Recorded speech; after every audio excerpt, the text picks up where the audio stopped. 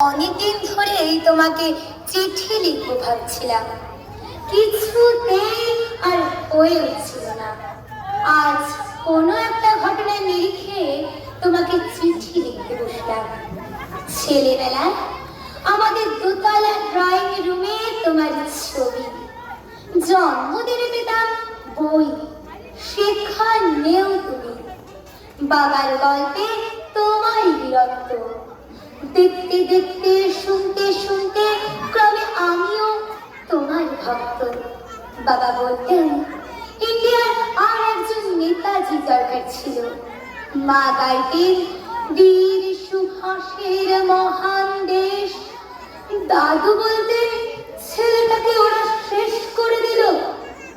ঠাম্মার চোখে তখন আঁচলের ফুট। এসবের মধ্যে বড় হওয়া আমিও কেমন একটা ঘোরের মধ্যে থাকতাম। ভাবতাম তুমি পারবে যদি আর একবার তোমাকে আমাদের মধ্যে পেতাম। আর উত্তর চল্লিশেও আমার একই, তুমি পারবে।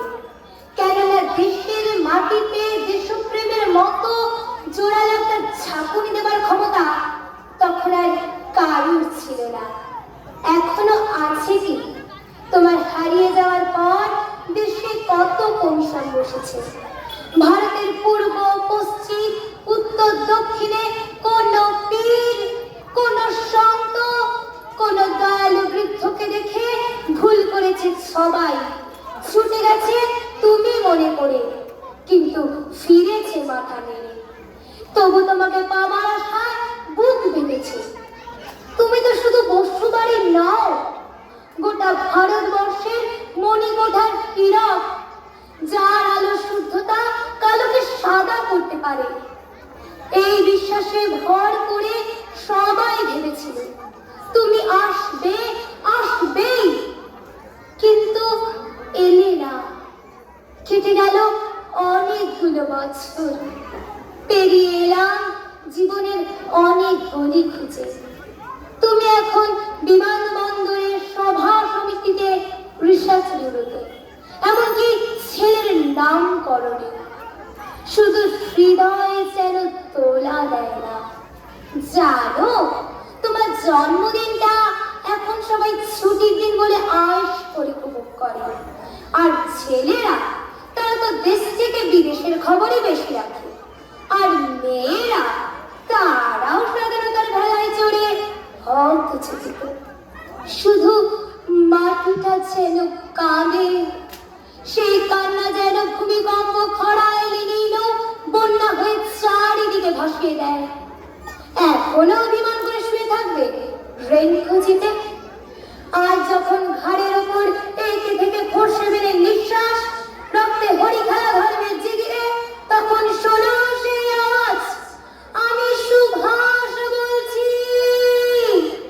মেয়েটা দৌড়ে এসে বলবে, মা, মা দেখো উনি আসছেন।